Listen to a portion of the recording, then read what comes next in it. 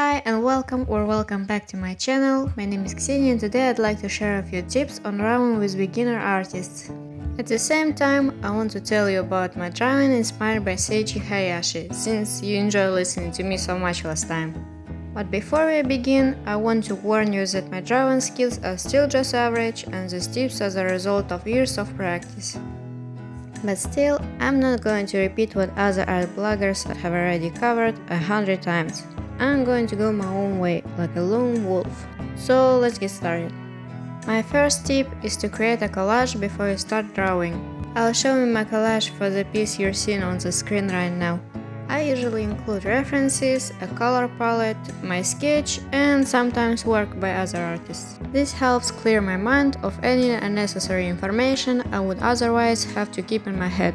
To create collages, I use a website called Mira, and trust me, you'll never find anything better than this. This site is also available as an app for phones and tablets, so I'm sure you'll find something in it that works for you.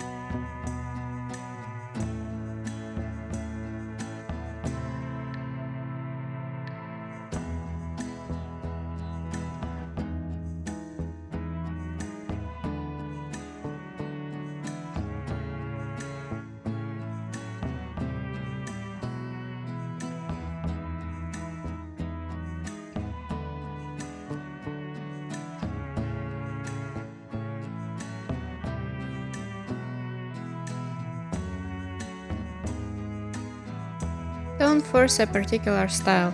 When you were first learning to write, you probably used writing workbooks or copied the way your parents or teacher wrote. Do you still have the same handwriting? I bet you don't. It has changed a lot and developed its own unique details without any effort on your part. When I first started drawing, I wanted to draw exactly like the artists I found on Pinterest or Instagram. But the longer I studied, the more convinced I became that there's no point in copying others, when I can just be myself. Don't get me wrong, imitating others is part of the learning process, but let that be the foundation, not the goal.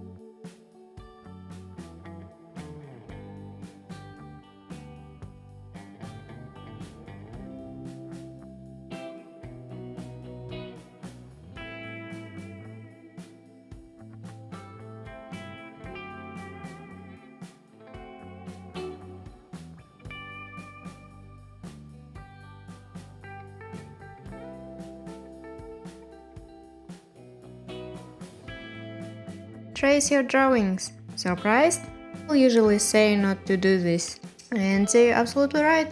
But there's a little trick you can use to cut down on drawing time. Use any AR app to transfer your sketch into your art book. I used this one. Just take photo of the sketch and prop your phone up over the table as shown here. This saves a lot of time and keeps you from getting bored while drawing.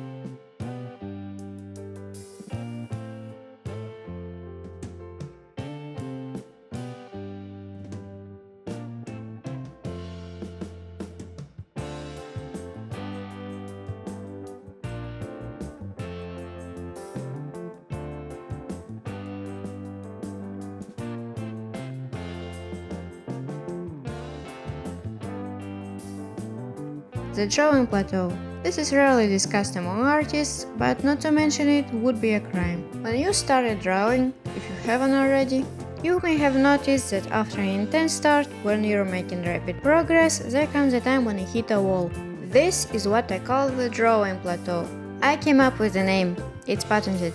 It will seem to you that no matter how much you work or how much you practice, you're still stuck in the same place. If you have ever studied a foreign language, which I assume you have, remember how after learning to construct simple sentences and knowing quite a few words, you feel stuck at the tourist level and you stop seeing the light at the end of the tunnel. At this stage, you just have to keep practicing without knowing when things will get better. But you definitely see results one day.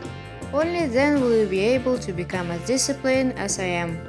It's exactly the same with drawing, and I'm not gonna lie to you and say it will be easy. Only a woman who has given birth can understand just how much pain that involves. So I wish you luck and patience on this difficult journey.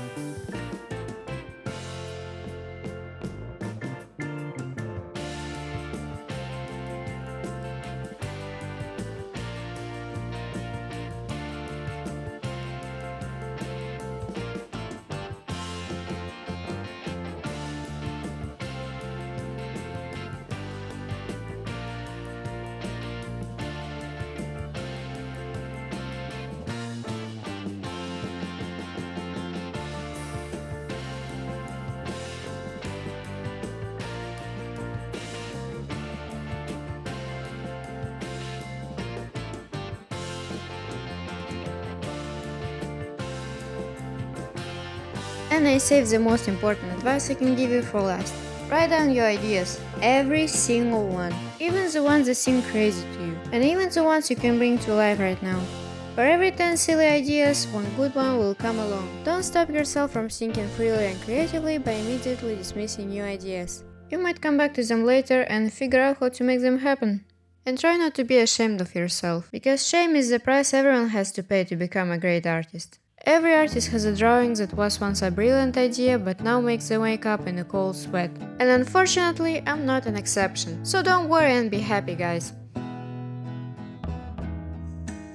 That's all for now with the tips, since I messed up the video length during editing. So maybe someday I'll make a second part to share my wisdom with you.